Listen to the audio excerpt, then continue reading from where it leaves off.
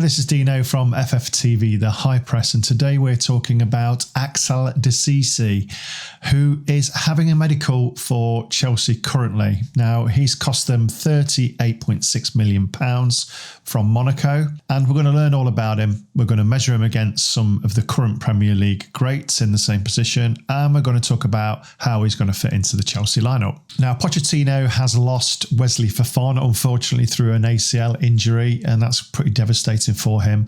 So he's looking at strengthening now Chelsea's backline, and he's doing that with a French international who has 4 caps for his country, and that is Axel Disasi. He's come from Monaco. He's 6'3", and he's a right-footed central defender. Now, for his current club, or for his ex-club, should I say, they played most of their games in a back three formation for the centre-backs, and he always played on the right-hand side of that. He's a solid unit, and he's actually a good age at 25, coming into his peak.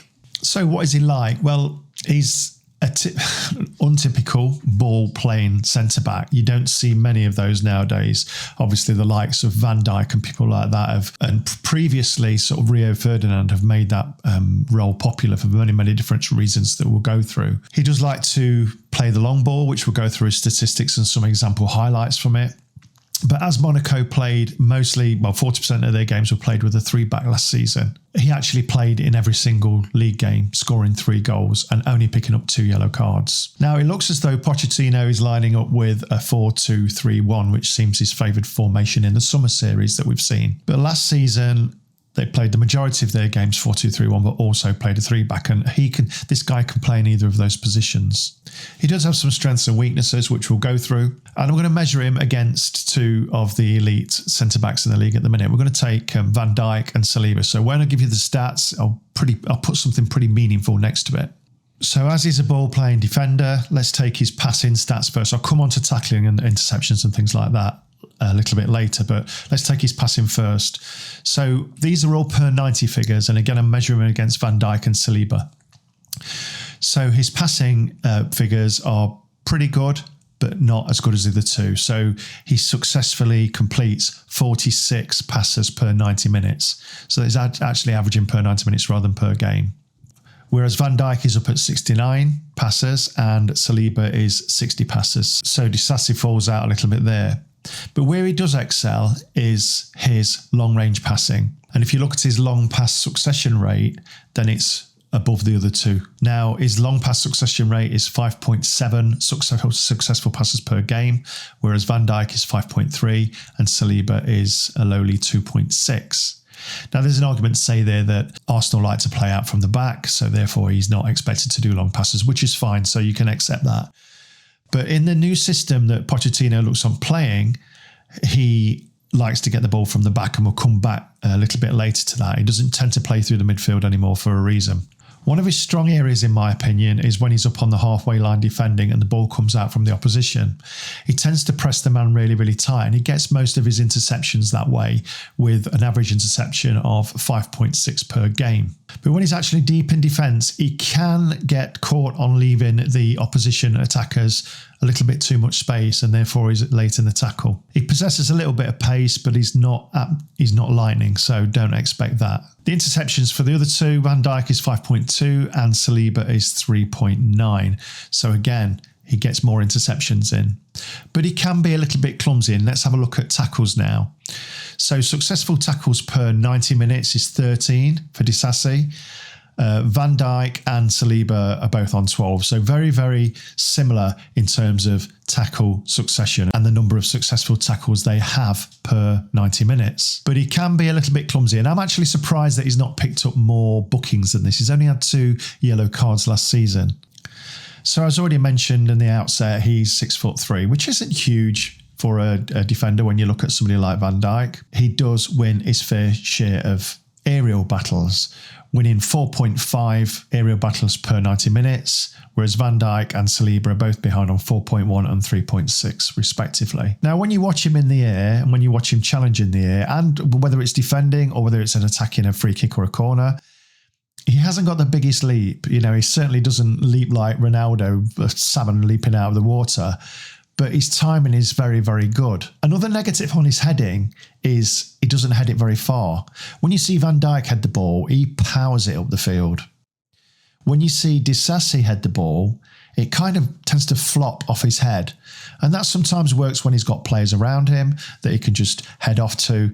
But it does look a bit weak in terms of his neck muscles, his technique, and therefore his distance suffers because of it. So we've covered some pros and cons, strengths and weaknesses, but let's now cover a little bit of an area where he falls to the bottom of the list of 3 that we mentioned.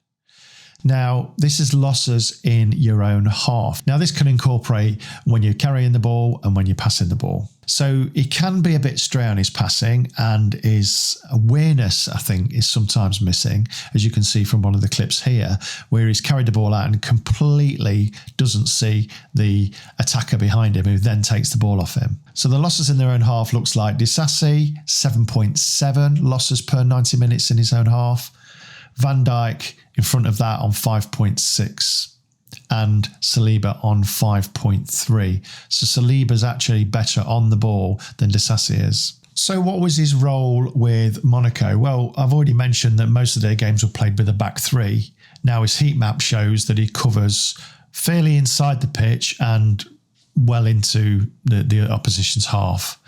Similar heat maps than the other 2 that I've mentioned in the comparisons, and he tends to get the ball in a lot of space without much pressure from the opposition attackers, and immediately is looking for that pinged ball. So will he be a good fit for Chelsea? That's the main question.